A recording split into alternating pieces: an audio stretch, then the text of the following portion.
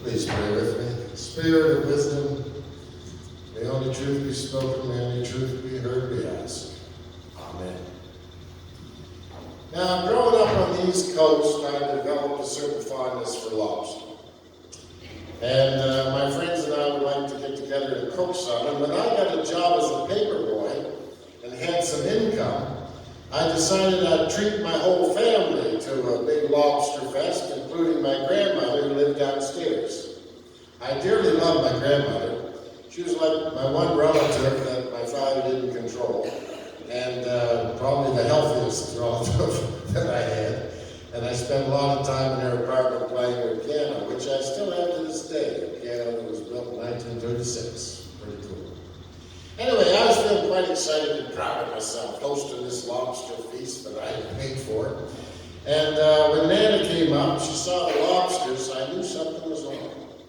She said, "Don't worry about me, I'll fix a salad, but I can't eat lobster." So I thought she was allergic to them or something. So I said, "Are you allergic to lobster, Nana?" She said, No. She said, "When I was a child, only poor people ate lobster. They are ground feeders. And I was told they're dirty and disgusting. So I've never wanted to eat them. But you go ahead, I'm happy to have supper with you. I'm just not eating the lobster." I'm not eating the lobster, but you go ahead. Nana had been conditioned to think of lobster and those who ate them as substandard. But a new day had dawned where lobster was a delicacy, and her grandson was providing her with lobster, and so she had that capacity to develop a tolerance and a newfound respect. Even though she didn't eat any lobster, she joined us and overrode her natural feelings of disgust. And that's what the Spirit has been trying to teach humans since we became divine beings who were self-aware and where we developed our own identities. That it's fine to have our own beliefs and preferences, but we also need to support others in enjoying their traditions and beliefs that make no sense to us, and sometimes even make us a bit queasy.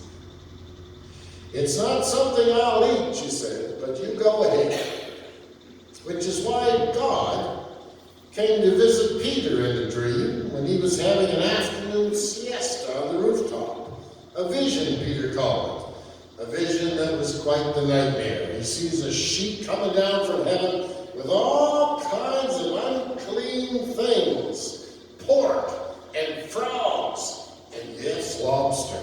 And God said, "Here you go, Peter. Eat up, boy." And like my grandmother, Peter's stomach turned queasy, and he says, "No way! I've never eaten anything impure or unclean, God. Is this some kind of test? You're not going to get me." Unlike my grandmother, Peter just didn't say no thanks. He judged those foods as unclean, and he judged those who ate them. The vision had to challenge Peter 3 times to get him to rethink his negative assumptions. That word 3, eh? What does that remind you of? What would that remind Peter of? The 3 times he rejected Jesus, even though he had bragged that he never would. So that 3 times kind of reminded him that when he was his most self-righteous, he was most likely wrong. And I think that's true for us too. There's always been this challenge of humankind to accept that the life we share in common is worth more than our differences, and that everybody deserves the opportunity for respect, even lobsters. It's a challenge, though. It was a challenge for Peter, and it's a challenge today. I had a new experience about a month ago. I went to a fundraiser that was it was like a fundraiser which was like a demonstration of drag queens. Yeah. And my daughter Siobhan is a big fan of RuPaul's Drag Race. So drag queens have been on my radar now for about 3 or 4 years. And the star of the show was a fellow by the name of Kutstu. He's over 6 feet tall with great energy and pizzazz. And he was in his drag as Ms. Aphrodite. And she was the driving driving force behind this event, and she's also, I found out, a caring mentor for younger grade queens. I heard Kutu on CBC last week talking about he was walking home late at night after a function, and he heard some laughter coming from a car, and the word fag, and he said, I wasn't dressed in drag, but I'm awful tall, I wear colorful clothing, and I walk with quite a swagger, so people laughing at me and calling me gay or queer was nothing new. But he said, then the car drove by, the window came down, and somebody pelted me with a hard-boiled egg and got me right in the chest, which startled me and hurt me. So she said, I'm speaking out about this and letting London know because this happens all the time. I'm letting London know so you can use your influence to bring more respect to the streets by teaching especially young men what's right and what's wrong. I thought, what a wonderful way of putting that. Well said. If something makes us uncomfortable, we tend to lash out. If something makes us uncomfortable, so long as they're not harming anyone, it's our problem. And Peter's vision reminds us that we all need to treat differences with respect. In fact, if we're made uncomfortable because people are harming themselves, that's also our responsibility to try and help them. For example, drug addicts.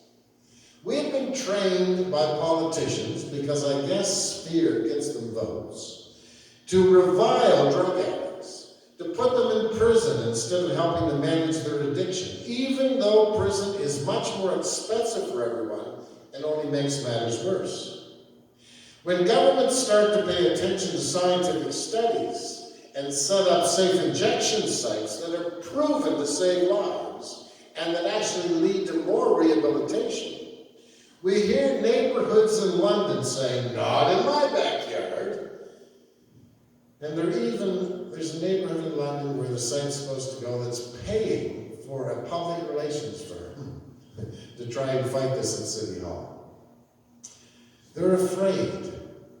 And in their fear, they're unable to accept the evidence that the drug addictions and putting them underground make us all less safe than safe injection sites that make us safer.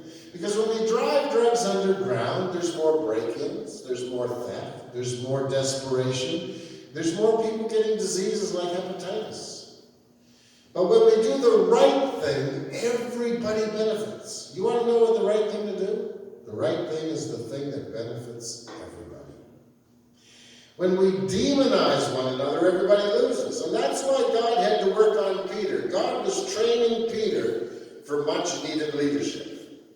Now there's something hard for us to remember.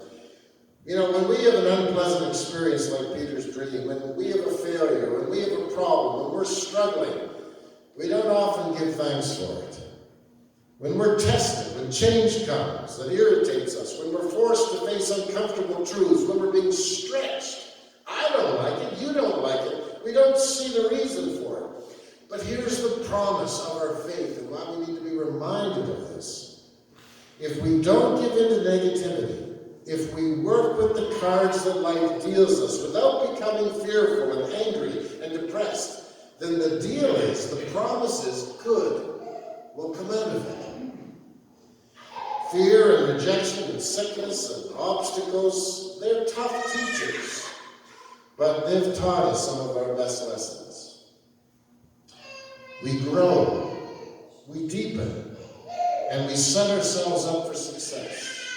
I read a true story about Albert. He wanted to be a teacher, in particular a rabbi. So he went to seminary, and after the first year of seminary, Louis Finkelstein pulled him aside and said, Al, while you know a lot of things, we do not feel that you have what you need to be a good, inspiring rabbi. So Al felt crushed, but he refused to just give in to negativity, and so he did what he could. He took a summer job as a camp counselor. Now, the most difficult counselor at that camp was Phineas, a defiant kid. If kids were told they should go this way, he'd go that way. If they were told they should do something, he wouldn't do it. And Al spent most of the summer encouraging his child, listening to his problems, smiling patiently. Al understood adolescent anger. He'd been made to feel different and not in a good way. He had been a pudgy teen. He only had a few friends and he never dated. So Phineas found a kindred soul in his camp counselor. And by the end of camp, the kid had really changed. A few weeks later, Al gets a call from Phineas's father inviting him to dinner. It turned out that the man was Max Kudashim, a great Jewish scholar. Al, he says, I can't thank you enough for what you did. You sent back a different kid that we took to camp. You sent me a wonderful young man, and you have a way with people, particularly children. Have you ever thought of going to seminary to be a rabbi? So that's the way life works. Al almost spit out his food. And then he said, well, I did try, but I didn't make it. Max thought for a while, and then he said, try again. And with his help, Al was accepted at seminary and became an inspirational rabbi. He was only able to reach his potential, but not by not allowing his time of testing and failure to stop him from helping a child, a problem child that the Spirit brought to him. You see, we just never know what doing the right thing is going to do for us and where it's going to take us. It took Peter 3 tries to figure out that he had no right to judge those who ate what he didn't. And it's a good thing too, or we wouldn't be here today. Because that pagan Gentile Roman officer who was told by God to find Peter represents us. We're the Gentiles. If Peter, as a leader of the Jewish movement, had turned away from this man because he didn't eat the right way, there never would have been a church. But Peter and his leadership team went and met Cornelius, and contrary to everything they had been taught about what was right and wrong, about the way God was, Peter discovered what we are discovering, that God just cares about kindness and respect and fairness. That at the end it doesn't matter what your views are of God and religion and this and that. What matters in the end is kindness. The Spirit was with Cornelius because he was kind. He cared for the poor. He cared for Jews that he had been trained to despise. And because his life was filled with love, he was filled with God's presence and Spirit. Isn't it good to know all you have to do is be kind? It's not always easy, but it's not like it's complicated. It's not like we've got to be brilliant to figure it out. Yes, Peter and his leadership team discovered for themselves and figured this out, that all God cares about is that we play nicely with God's world and with each other, because even lobsters deserve respect.